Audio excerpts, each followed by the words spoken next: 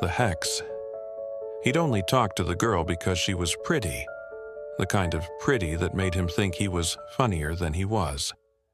The bar had been loud, humid, with the sour-sweet smell of spilled beer and citrus cleaner, and she'd sat alone at the far end like she wanted to be left that way. He leaned in anyway, said something he thought was charming, and she didn't even look at him. Just a quiet no, barely louder than the clink of ice in her glass. He pushed harder. He always pushed harder. When she still didn't look at him, something mean rose up in his throat, and he said the worst thing he could think of. She finally looked at him then.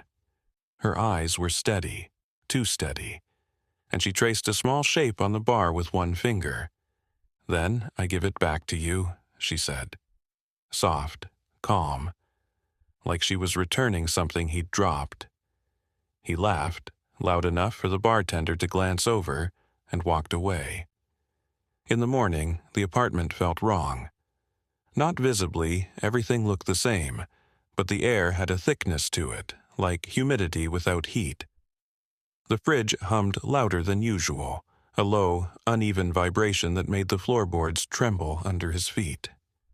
When he opened it, a sour smell hit him so hard he gagged. Something had gone bad overnight.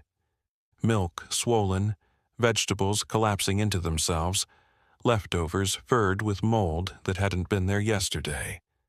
And in the back corner, behind the condiments, a dead mouse lay stiff and curled, as if it had crawled in seeking warmth and found something else entirely. He slammed the door shut and told himself it was coincidence. Appliances break, food spoils, mice get in.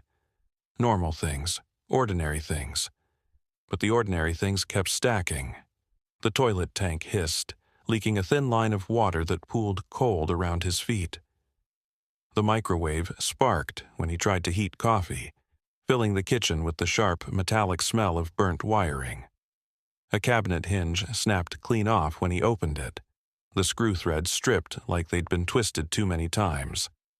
The smoke detector chirped, even though there was no smoke. The overhead light flickered in a slow, nauseating pulse. Every sound in the apartment felt amplified, the tick of the thermostat, the groan of the pipes, the faint scuttle of something in the walls. His skin itched. His eyelashes felt loose.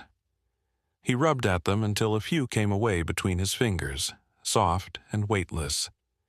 He paced the length of the living room, counting steps, losing count, starting over.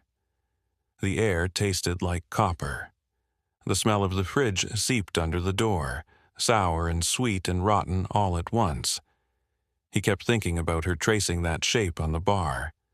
He kept hearing her voice, soft and steady, saying she was giving something back to him. He told himself it was anxiety, that witches weren't real.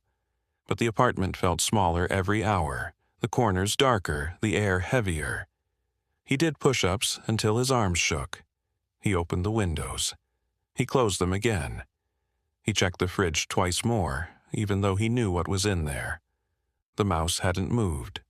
The smell had gotten worse. He couldn't breathe. By late afternoon, he couldn't stay inside another second. The walls felt like they were leaning in, listening. He forced himself outside, blinking against the brightness. He felt ridiculous. The world slowed and sunlight warmed his face. For the first time all day, his shoulders loosened.